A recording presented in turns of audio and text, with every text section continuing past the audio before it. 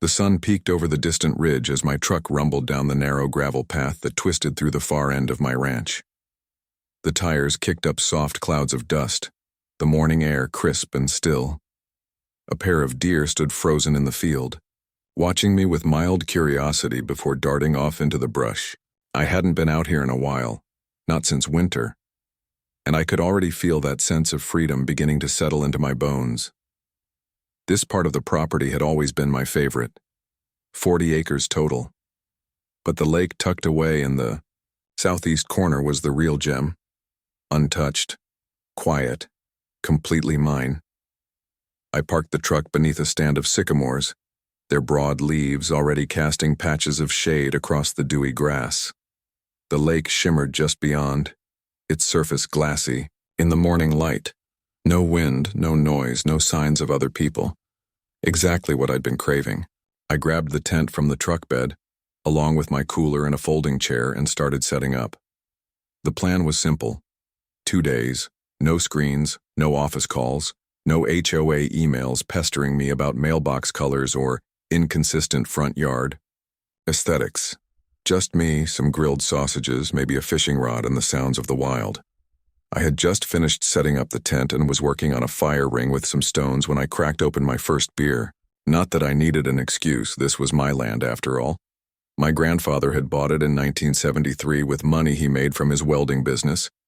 When he passed, it went to my dad, and after my dad passed last year, it came to me. The deed was clear. The property lines were marked and surveyed.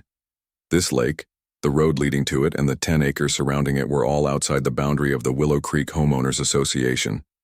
But despite that, the HOA had always acted like they owned the whole damn county. They were supposed to manage the half-mile stretch of suburban development closer to the front of the property. Homes on 1-acre lots, paved driveways, manicured lawns, all that. That stretch had once been part of the ranch before my dad sold it off to a developer 20 years ago. We kept the back half, the best half. As I sipped my beer and sat down in the shade, I let my mind go still. No buzzing phones, no keyboards clacking. Just birds, wind, and water lapping against the rocks. But then I saw movement on the ridge to the east. Just a flicker of white. I squinted, and sure enough, a white SUV was creeping along the dirt road, just beyond the barbed fence. I didn't think much of it at first. We got the occasional lost hiker or curious neighbor who wandered too far. I figured maybe someone was just turning around. But the SUV didn't turn. It kept coming, slowly, tires crunching over the gravel like it didn't belong there. It stopped just short of the trees, maybe 70 yards from me. I watched from my camp chair, beer in hand, as the door opened and a woman stepped out. Even from that distance, I recognized the posture, hands on hips, clipboard in hand, sunglasses high on her forehead like some sort of suburban crown. Carol Mitchell, president of the HOA board for Willow Creek. A woman with an unnatural passion for bylaws, a love for citing neighbors, and a personal grudge against anything that looked remotely non-compliant. I hadn't seen her in months, but she always had a knack for showing up at the worst possible times. She stood next to the SUV for a full minute, staring across the field at my tent, my truck, and me. Then she lifted her phone, aimed it square at me, and snapped a photo. I raised my beer in mock salute. She didn't wave back. She turned and got back in the SUV, then slowly backed up the road the way she came. I shook my head and muttered, "Unbelievable." Still, I figured that was the end of it. She couldn't actually do anything. This wasn't HOA land. It wasn't even in the same zoning district. But something about the way she stared at me made my gut twist. I'd seen that look before, on the faces of people who thought rules gave them more power than they actually had. About 15 minutes later, I heard more tires on gravel, this time heavier. I stood up and stepped out to the clearing as 2 sheriff's vehicles approached. No sirens, but lights on. 1 SUV, 1 truck. They parked near my tent, and 2 deputies stepped out, one tall, thin, and young, the other older, stockier, with a gray mustache and mirrored sunglasses.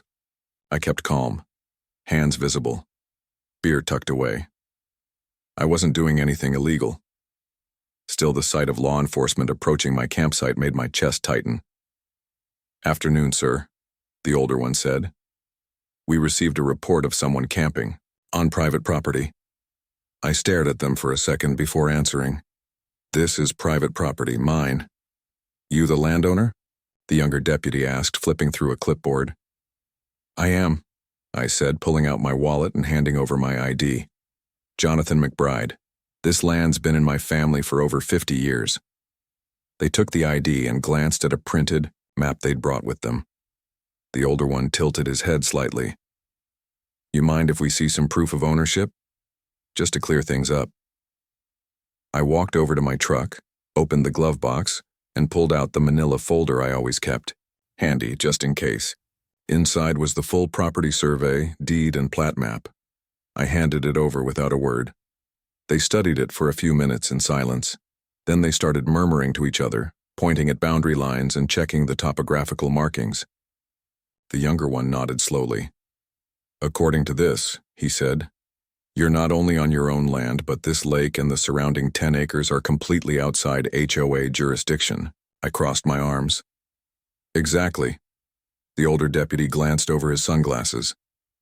You said someone from the HOA called us? I nodded toward the road. Carol Mitchell, president of the Willow Creek HOA. She came by earlier, took a picture of me like I was some kind of criminal, then drove off, I guess, straight to you. They exchanged a look. The younger one scratched the back of his head. That's not how this is supposed to work. No, I said. It's not. Do you know if this lake's been used by the HOA or its members in the past? The older deputy asked. I hesitated. I found signs, tire tracks, old fire pits, litter, fishing lines. I always thought it was kids cutting through the woods, but now I'm thinking it wasn't just kids. I've even got trail cams. Pulled one last week that showed people setting up chairs out here during the weekends. They both looked a little more serious after that. If HOA members have been using this property under the assumption that it was public or shared land, the younger one said, that's a big problem. I've told them before, I said. Carol doesn't listen. She acts like this whole area is hers to patrol. Well, the older deputy said, flipping my deed closed and handing it back. You're within your rights to be here. Yuri, not breaking any laws. If she continues to harass you or trespasses again, you let us know. I will, I said. Believe me. They left shortly after that, their vehicles disappearing down the trail in the same direction they came. I sat back in my chair, beer in hand, and stared out over the lake. Carol had tried to call the cops on me for camping on my own land. But the real story? The HOA had been trespassing on my lake for years, and I had the proof to make it all blow up. The deputies didn't seem aggressive, just puzzled, like they'd walked into the middle of a conversation that didn't make sense. Deputy Morales, the younger of the two, squinted down at the clipboard in his hands while the older one, Deputy Barnes, stood off to the side watching the lake with a kind of casual alertness. I could tell they weren't thrilled about being out here for a camping complaint, but they were still trying to take it seriously. You're Jonathan McBride, right? Morales asked, flipping through some printed pages. That's right, I said, keeping my voice steady. This land has been in my family since the 70s. My grandfather bought the entire tract long before any of the subdivisions ever existed. Morales nodded slowly. Do you have proof of ownership? I jerked my thumb toward the truck. Yeah, glove box, original deed, recent survey, and plat map. I keep it all with me when I'm working this side of the property. He followed me to the truck while Barnes stayed back, scanning the area like a soldier on overwatch. I retrieved the folder, handed it over, and stepped back while Morales reviewed the documents. His brow furrowed as he scanned the survey map and traced a finger along the boundary lines. After a moment, Barnes joined him, and they both leaned over the hood of my truck, whispering back and forth as they compared notes. They didn't say anything at first, but I could tell from their faces that the picture was starting to change. Okay, Morales said finally, turning toward me. Looks like you're right. According to this, the HOA boundary ends way back, near Ash Grove Lane. This lake, the trees, everything out here is outside of their jurisdiction. I nodded. Exactly. I've told them before. They act like their rules extend past the development, but it's not true. Carol Mitchell, the HOA president, just thinks she can throw her clipboard around and control land that doesn't belong to her. Barnes folded his arms. So this isn't the first time you've had run-ins with them? Not by a long shot, I said. They've tried to claim the access road I built violates neighborhood standards. They tried to tell me I needed approval to build a fence, even though my fence is half a mile from their outer boundary. And now, she's calling the sheriff on me for camping on my own damn land. Morales nodded, slowly closing the folder and handing it back. Well, you're not doing anything wrong out here as long as you're not causing a safety hazard or breaking any ordinances, and you're not. There's no issue. Glad to hear it, I said, sliding the folder back into my truck. Barnes tilted his head slightly. You mentioned Carol. Do you have any idea why she thought this was HOA land? I looked out toward the lake, the water still like a pane of glass under the afternoon sun. A soft wind ruffled the treetops, but the air between us was heavy, with something else. I took a breath. I've been finding things out here, I said. Old beer bottles, ashes from campfires, tire tracks, too clean and too frequent to be from random kids. At first I thought it was just teenagers sneaking onto the land, but the tracks are deep. Big tires, SUVs, golf carts, that sort of thing. Both deputies exchanged a look. Golf carts? Barnes asked. Yeah, I said. I thought it was weird too.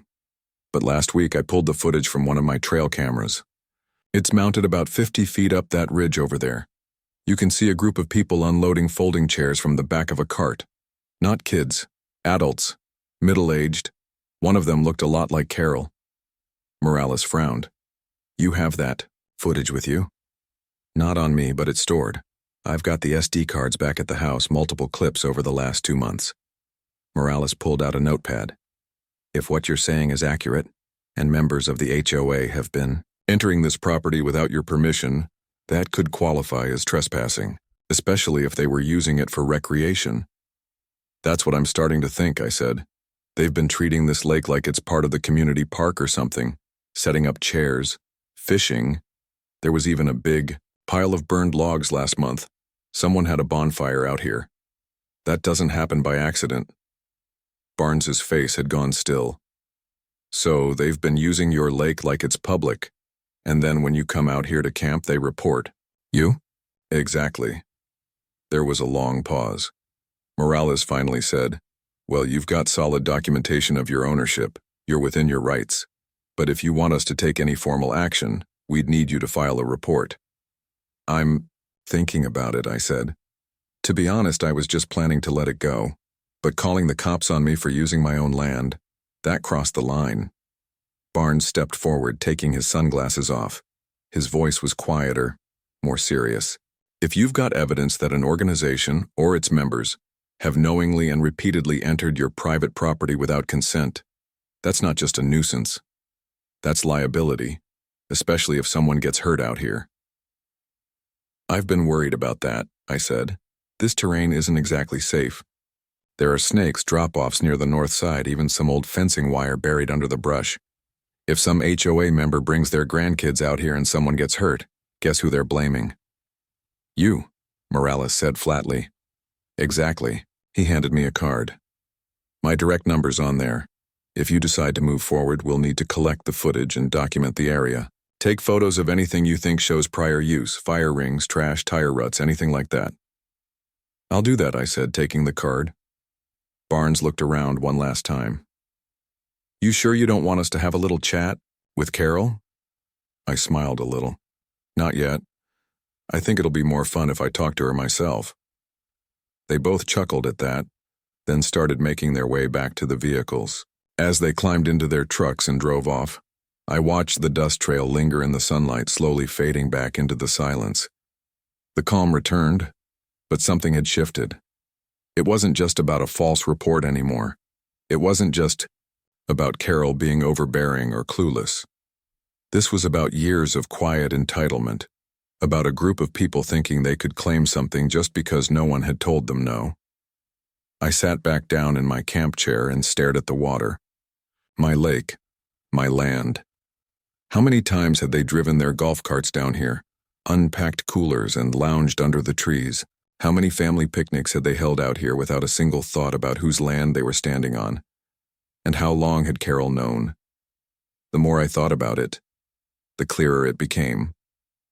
Carol hadn't just made a mistake. She'd known exactly what she was doing. She'd encouraged it, maybe even organized it. That's why she'd panicked when she saw me out here. Not because she thought I was breaking the rules, but because she realized the truth was about to come out. And now I had deputies backing me, documents proving it, footage to confirm it. I reached for my cooler, pulled out another beer and cracked it open. I took a long sip and smiled. If Carol thought calling the cops would scare me off, she was about to find out just how wrong she was. I wasn't going anywhere, and neither was this story.